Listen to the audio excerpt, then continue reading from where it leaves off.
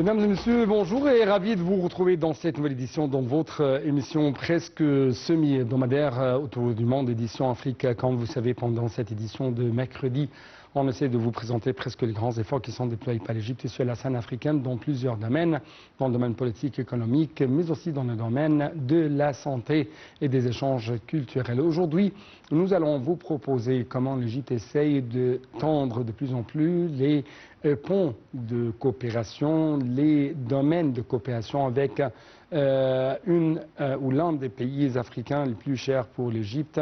Il s'agit de la Tanzanie.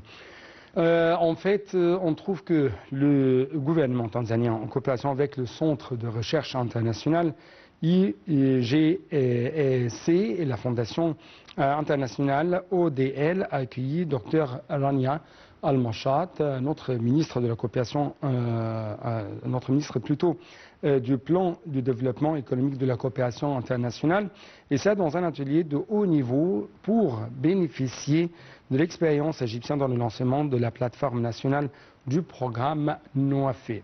Donc les explications seront avec notre collègue Chouboussela et bien sûr ça avec la rédaction de Marwa Arafa. Le gouvernement tanzanien, en coopération avec le Centre de recherche international IGC et la Fondation internationale ODI, a accueilli Dr Rania Al-Mashat, la ministre du Plan et du Développement économique et de la coopération internationale, dans un atelier de haut niveau pour bénéficier de l'expérience égyptienne dans le lancement de la plateforme nationale du programme NWFE. La plateforme a été lancée lors de la conférence sur le climat COP27 pour mobiliser les investissements climatiques dans les secteurs de l'eau, de l'alimentation et de l'énergie, alors que le gouvernement tanzanien a commencé à lancer une plateforme similaire à la lumière des efforts des pays africains pour faire face au changement climatique. Ce programme adopte une approche multipartite pour donner libre cours à des investissements climatiques intelligents au niveau des trois secteurs de l'eau, de la nourriture et de l'énergie. Cela s'inscrit dans le cadre de la stratégie de coopération tripartite lancée par le ministère dans le but de renforcer la coopération entre les pays du Sud pour soutenir les efforts du développement durable et l'action climatique à travers l'échange de connaissances entre pays vivant des circonstances similaires. Dans son discours, Dr Rania Al-Mashat a souligné que le succès des plateformes nationales nécessite des contributions efficaces à des partenariats constructifs entre les gouvernements, le secteur privé, les institutions internationales et les banques multilatérales de développement, ainsi que des partenariats bilatéraux, et ce afin de fournir un financement et un soutien technique et de bénéficier des avantages comparatifs de chaque partenaire pour renforcer l'action climatique. Donc, chers téléspectateurs, comme vous venez de regarder, justement, c'était l'un des liens de coopération entre l'Égypte et la Tanzanie dans le domaine de comment, bien sûr, comment apporter l'expertise égyptienne aux côtés de la Tanzanie. Mais justement, dans le domaine de la santé, il y avait de plus en plus une sorte de coopération étroite entre les deux pays. Il s'agit de notre ministre de la Santé et également c'est le vice-premier ministre chargé du développement humain, Dr Khaled Abdel Ghaffar, qui s'est entretenu avec l'ambassadrice, ou plutôt avec l'ambassadeur de Tanzanie en Égypte, Richard Mutayoba, pour examiner les moyens de coopération et ça en vue de soutenir le secteur de la santé en Tanzanie au siège. Bien sûr, cette rencontre, les activités entre les deux responsables se sont tenues au siège du ministère de la Santé et de la Population à la nouvelle ville d'Al Alamein, ici en Égypte. Et les explications dans ce commentaire. Le ministre de la Santé et vice-premier ministre chargé du développement humain, Khaled Abdel Ghaffar, a affirmé son soutien répondant aux besoins pharmaceutiques de la Tanzanie, soulignant la profondeur et l'interdépendance des relations entre les deux pays dans de nombreux domaines du secteur de la santé, notamment l'industrie pharmaceutique. M. Abdel Ghaffar s'est exprimé lors de son entretien avec l'ambassadeur de Tanzanie en Égypte, Richard Mutayoba Makanzo, pour examiner les moyens de coopération en vue de soutenir le secteur de la santé en Tanzanie au siège du ministère de la Santé et de la Population à la nouvelle ville d'Al Alamein. La réunion a porté sur les moyens de tirer parti de l'expérience égyptienne en matière d'élimination des hépatites B et C et de former des médecins tanzaniens aux procédures d'analyse et de détection ainsi qu'aux protocoles de traitement les plus récents, alors que l'Égypte dispose d'un système de prévention capable de lutter contre les virus de l'hépatite, ce qui permet d'économiser des millions et de soutenir la stratégie de l'État égyptien en matière de détection précoce des maladies, selon le porte-parole du ministère de la Santé et de la Population, Houssem Abdel Ghaffar. Les deux parties ont examiné les moyens d'envoyer du personnel médical égyptien en Tanzanie pour effectuer des interventions chirurgicales dans certaines spécialités urgentes, a précisé le porte-parole.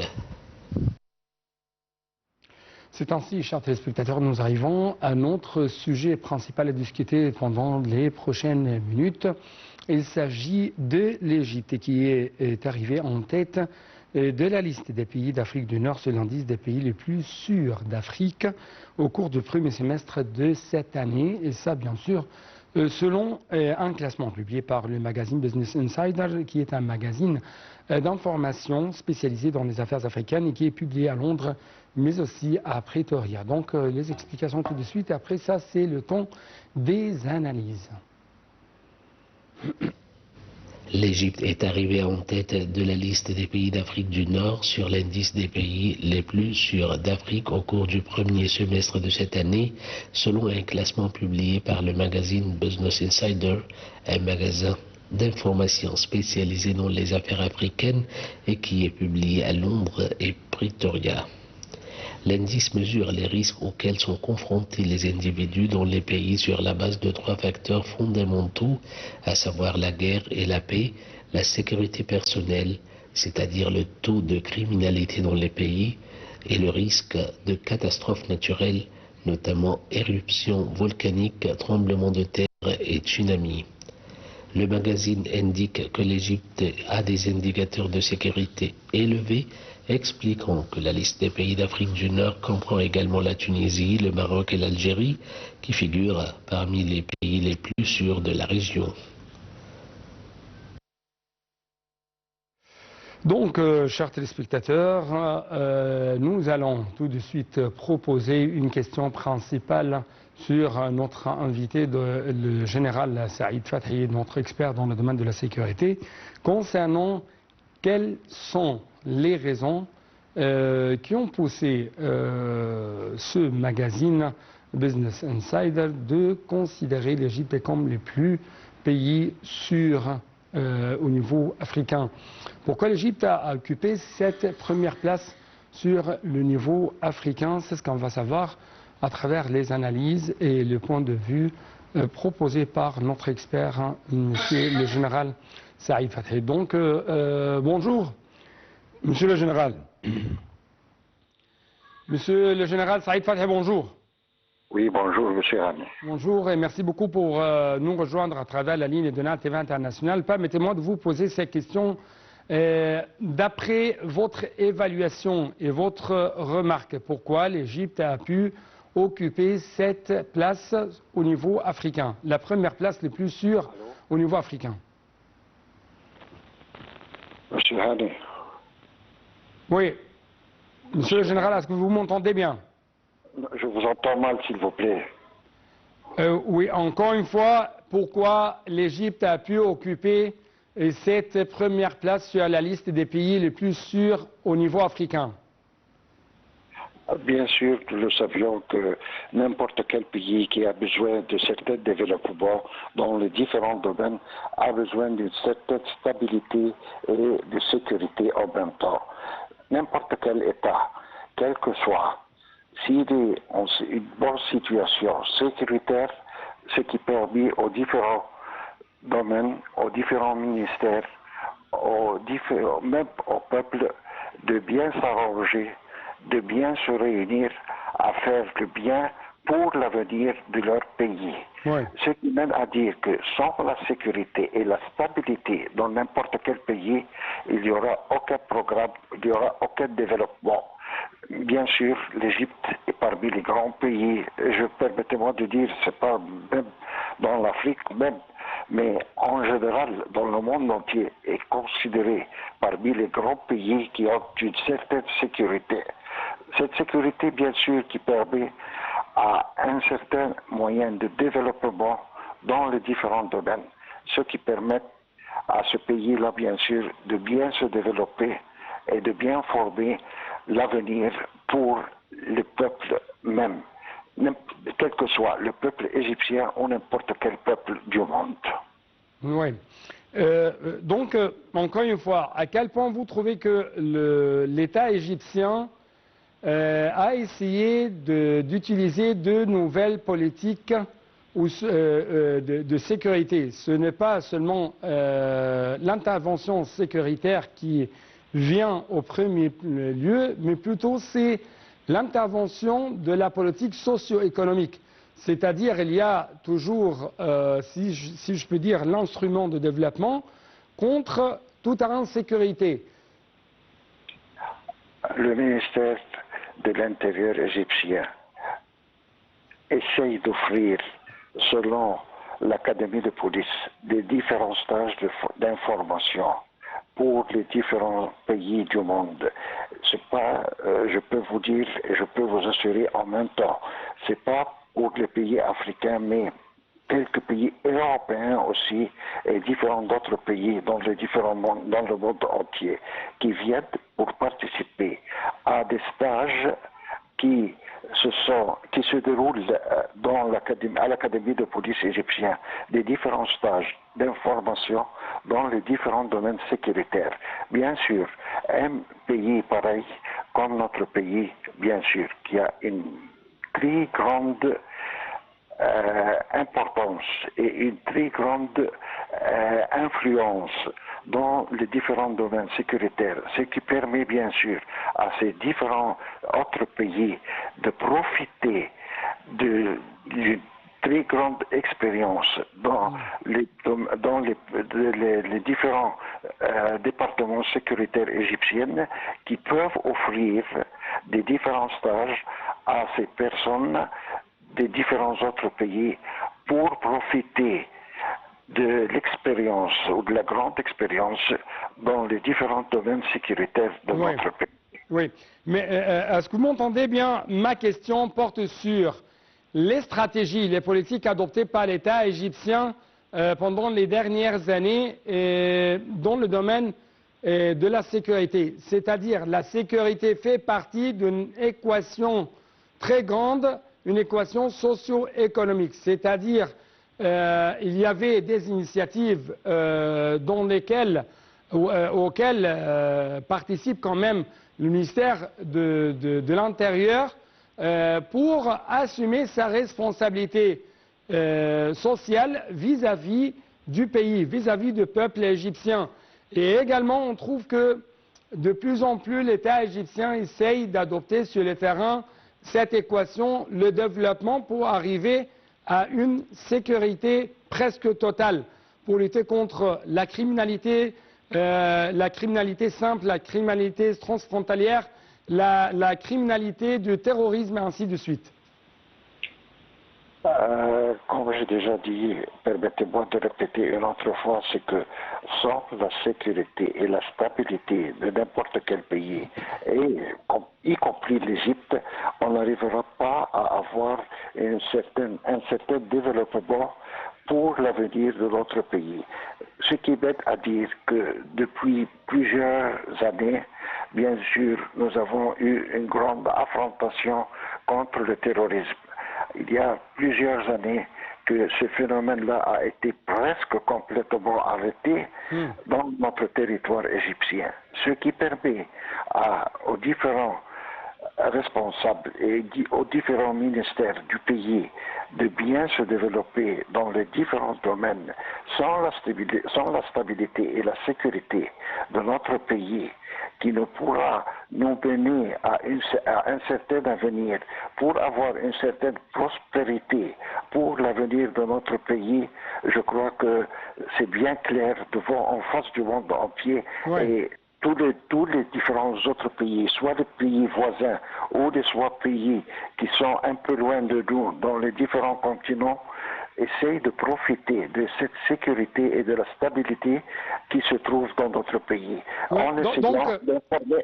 Donc, d'après vous, Monsieur le Général, investir dans la sécurité, c'est investir dans l'économie, c'est investir dans la stabilité socio-économique. Autre question, à partir de ce que vous venez de dire, les pays voisins, comment vous trouvez les politiques sécuritaires, diplomatiques adoptées par l'Égypte vis-à-vis de ces pays? Et je parle avec plus de précision de la stabilité, de la sécurité de ces pays voisins. Parce que, comme vous savez, il y a toujours des interventions de la part de l'étranger d'une manière négative qui fait des impacts négatifs sur la stabilité politique, économique et sociale de ces pays voisins. Je ne veux pas citer un certain pays ou le nom de différents pays, mais nous constatons nous tous très bien qu'il y a un certain moyen qui a mené ces pays à des différents problèmes, surtout les pays qui nous entourent, soit les pays arabes, surtout les pays arabes qui nous entourent, dans lesquels il y a beaucoup de conflits, de différents conflits dans les différents domaines, ce qui mène à une situation insécuritaire dans ces différents pays. C'est ça la différence entre l'Égypte et les différents pays voisins. Mais il faut prendre en considération quelque chose de très important, c'est que quelques autres pays qui nous entourent aussi, avec la mauvaise situation sécuritaire qui se trouve dans ces différents pays voisins, ce qui mène chez nous aussi à mettre quelques petits erreurs ou quelques petits conflits. C'est pour cette raison que nous essayons de notre part de jouer un grand rôle en essayant de préparer des différents stages d'information pour essayer de maintenir un certain niveau à ces différents pays, les grands responsables de ces différents pays dans le domaine sécuritaire. Bien l'Égypte joue un rôle très important et essaye bien sûr de donner la grande expérience à laquelle elle se trouve à ces différents pays. Et bien sûr, nous constatons chaque année, je crois que la sécurité est la chose très et plus importante dans le monde.